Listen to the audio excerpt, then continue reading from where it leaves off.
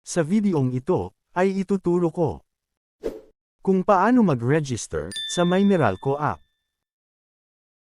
Let's go.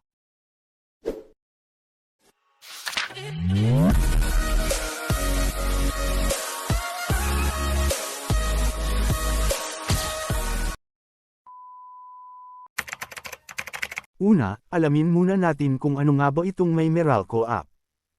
My Meralco app is a mobile application that allows Meralco customers to access their accounts, manage their electricity bills and report outages. It provides a convenient way to view bills, pay online, and report power interruptions. Isa sa pinaka-main features ng My Meralco app, ay pwede na natin makita kaagad ang total bill sa ating Meralco. At pwede na rin tayo magbayad, gamit mismo itong My Meralco app, anytime, anywhere. At gamit mismo ang My Meralco app, ay pwede na tayong mag-report sa Meralco, kapag nawawala ng kuryente sa mga lugar natin.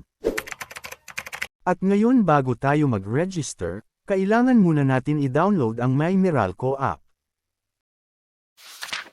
Pumunta sa Google Play Store, or App Store.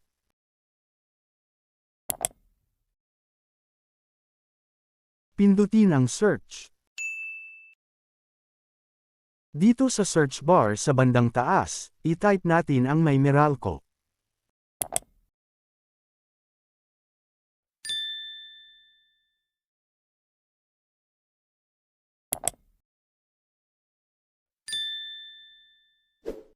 Pindutin natin ang install at antayin lang natin itong matapos na ma-download.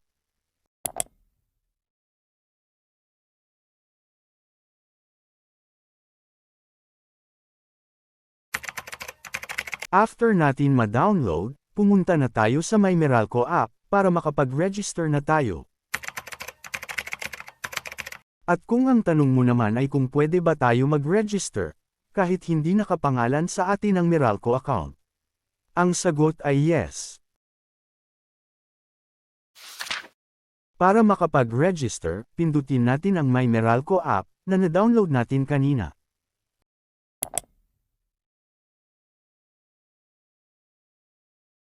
Pindutin natin ang Create Account.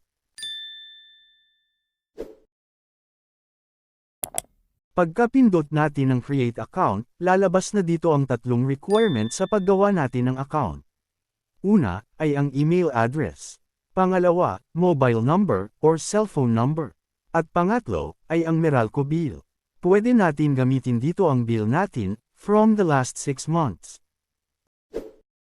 Pindutin na natin ang OK.it.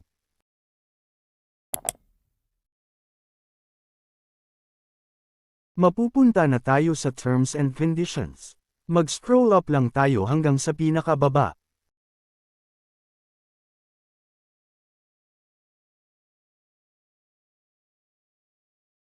At pindutin natin ang checkbox dito sa I have read the terms and conditions.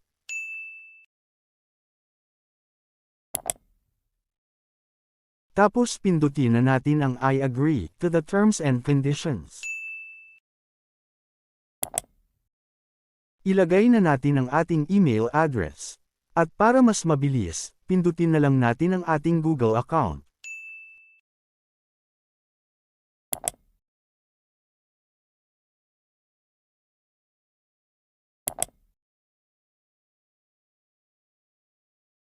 Ilagay na natin ang ating Customer Account Number, or CAN. Ang Customer Account Number, ay ang 10-digit, na makikita natin sa ating bill ng Meralco. Or para mas mabilis, i-scan na lang natin ang QR code ng ating account. Ang QR code ng ating account, ay makikita natin ito sa bandang baba ng ating Meralco bill. Sa pag-scan ng QR code, pindutin lang natin itong Scan your CAN QR.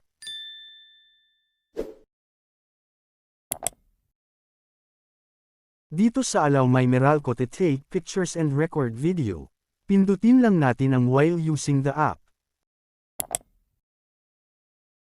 At ngayon i-scan na natin ang QR code.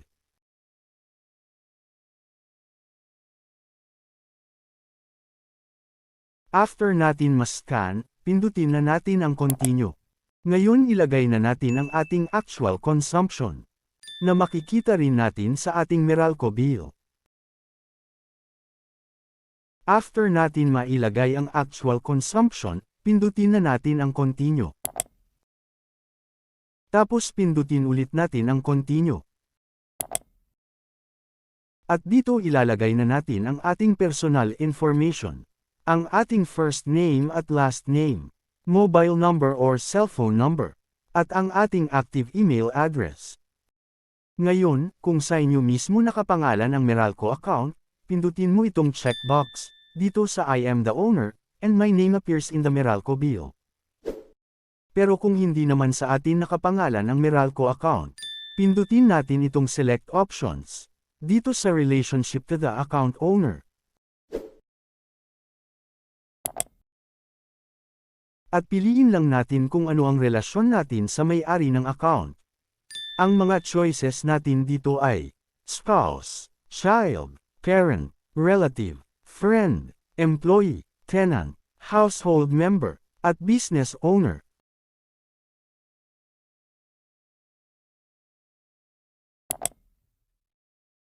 Ngayon pindutin na natin ang continue.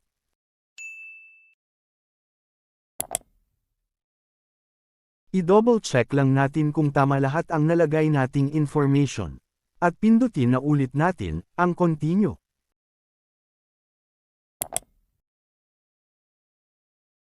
At ilagay na natin ang OTP na isisend sa atin ng Meralco sa number na ni-register natin kanina.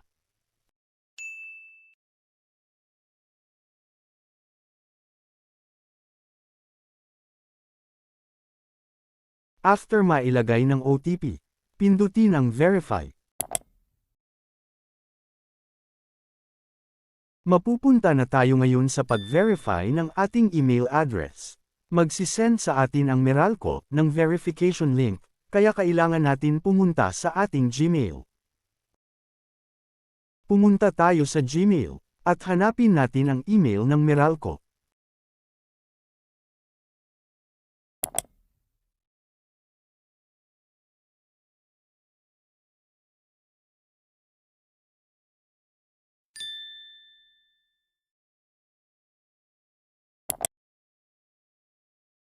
Mag-scroll up, at pindutin natin ang confirm email address.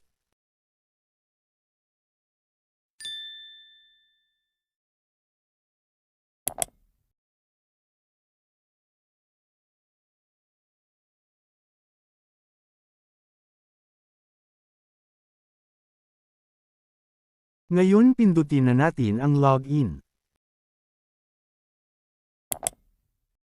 At dahil wala pa tayo ng username at password, pindutin natin ang ating email or Google account. Bale ang magiging username natin ay ang ating email address. Sabi nila dito, Meralco will recapture your device details when Number 1, logging into a new device. Number 2, logging in after at least 30 days from previous. Pindutin lang natin ang OK got it. Ilagay ulit natin ang OTP na isisend ulit sa atin ng Meralco.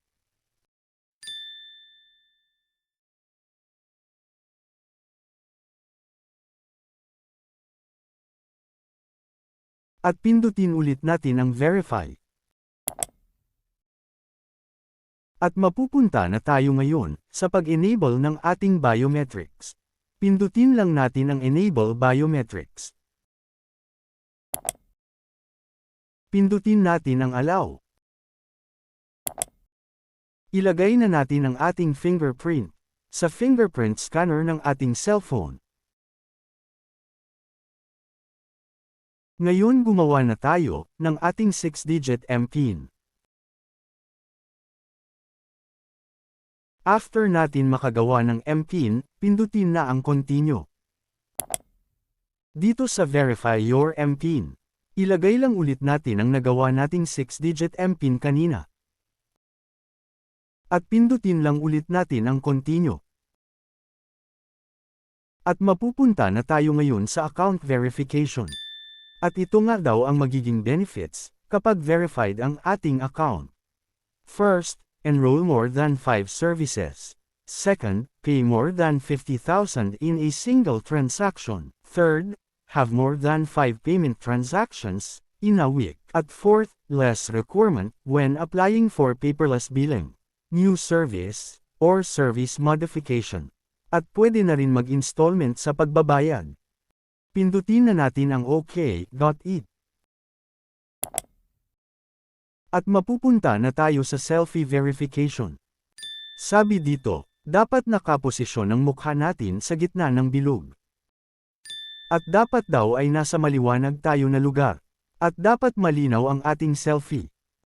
Pindutin lang natin itong camera icon sa gitna para mabuksan ang ating camera. Gamitin natin ang front cam ng ating cellphone. At itapat natin ang ating mukha sa pinakagitna.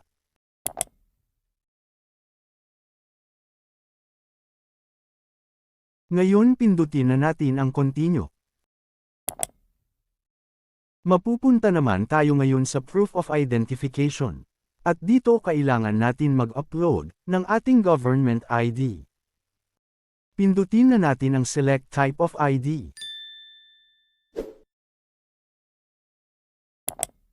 At piliin na natin kung anong ID ang i-upload natin. At ito yung mga ID na pwede nating i-upload. Driver's License, GSIS ID, PhilHealth ID, Postal ID, TRC ID, Senior Citizen ID, SSS ID, Teen ID, UMID ID, at Voters ID. Bago pala tayo mag-upload, kailangan meron na tayong picture ng ating ID sa ating gallery. Kung wala pa, kuhanan nyo muna ng picture ang inyong ID, harap at likod. At kapag okay na, pindutin na natin ang upload file. Pindutin ang allow.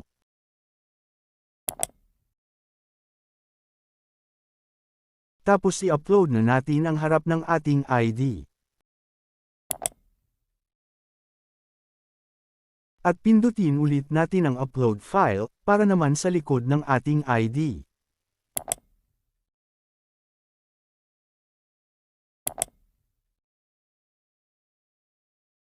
At kapag okay na, pindutin na natin ang continue.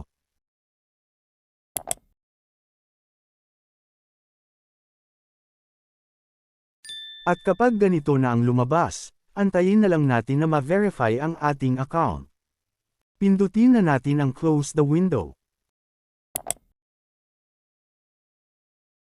At congrats, nakagawa na tayo ng account. Dito nga makikita na kaagad natin kung magkano ang ating bill. Makikita rin natin dito ang ating account number, at kung kailan ang ating due date.